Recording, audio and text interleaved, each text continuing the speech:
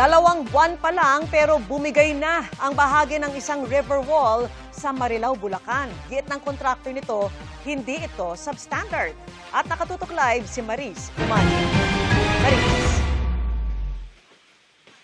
Vicky, narito ako ngayon sa Barangay Prensa 2 dito sa Marilao, Bulacan at makikita nyo sa aking likuran ang river wall na gumuho kahapon sa kasagsagan ng malakas na ulan at pagragasa ng tubig dito sa Marilao River na nagdulot ng pangamba at ng takot sa mga residente rito. Sa kuha ng isa sa mga kabataan naglalaro sa may tabing ilog sa Marilao, Bulacan, makikita ang unti-unting pagguho ng lupa. Sa baba nito, bumigay na rin pala ang tipak-tipak na semento ng river wall. Noong una, nagkakatuwaan pa ang mga bata hanggang sa matanto nila ang peligrong kinaroroonan nila. Umangat na yung tubig. Saan? Maandar na to.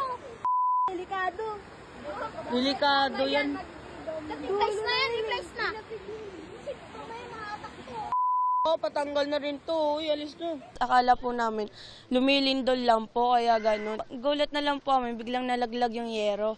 Takot na takot talaga. Nakakatrauma po siya eh. Akala po namin, yun na po yung last na. Bigla na pong gumuho na po, tapos tumalon po kami dito. Tapos, yun po, tapos bigla po rin po namin narinig yung tumunog yung yero. Kumalabog po. Kwento ng isa sa mga kabataan, umaambon na lang nung panahong naroon sila, pero malakas ang ulan nung umaga. Parang lalamunin po kami. Hollow blocks po. Tapos yung lupa po. Kasi na po sa amin, papunta na po sa amin yung hollow blocks tas yung lupa. Labis din ang takot ni Meiji, lalo't ang bahay nila ang isa sa mga nakatayo sa ibabaw ng gumuhong river wall. Nangamba po. Tsaka medyo yun na-shock kasi nga baka pati kami madamay dun sa pagguho. May mga bata po dun sa loob. Kaya medyo nabother ako. Ayon sa punong barangay ng Prensa 2, wala pang 2 buwan ang lumilipas mula nang matapos ang river wall.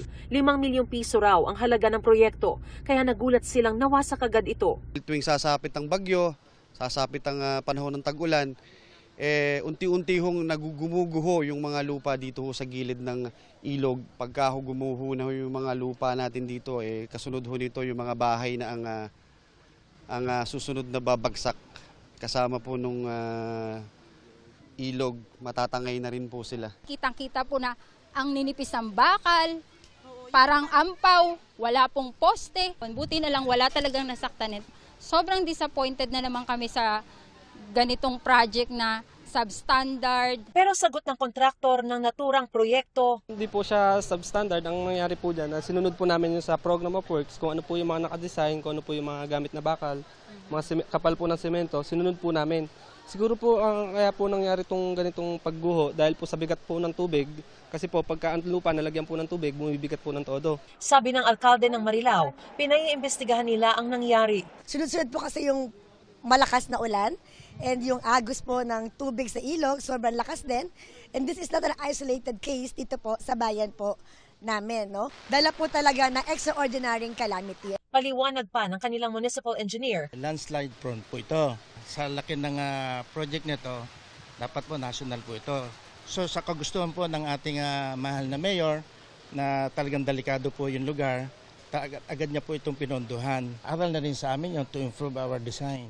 Binisita rin ni Mayor C ang sitio Patulo, Barangay Loma de Gato, Marilao, kung saan nagkaroon din ng landslide.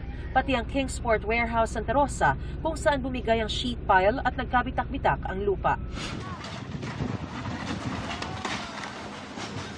Sa Pulilan, Bulacan naman, gumuho ang isang bahagi ng isang bahay sa gilid ng Angat River. Lumubog kasi ang isang bahagi ng ginagawang riprap na tinutungtungan ng bahay. Wala namang nasaktan sa insidente. Vicky, balik dito sa Marilao. Ayon sa contractor, nangako sila na makikipag-ugnayan agad sila sa lokal na pamahalaan at hihingin yung bagong program of works at oras na umaraw na bukas ay agad din daw nilang sisimulan ang pagpapagawa sa naturang river wall na gumuho. Vicky? Maraming salamat at ingat, Maris Umali.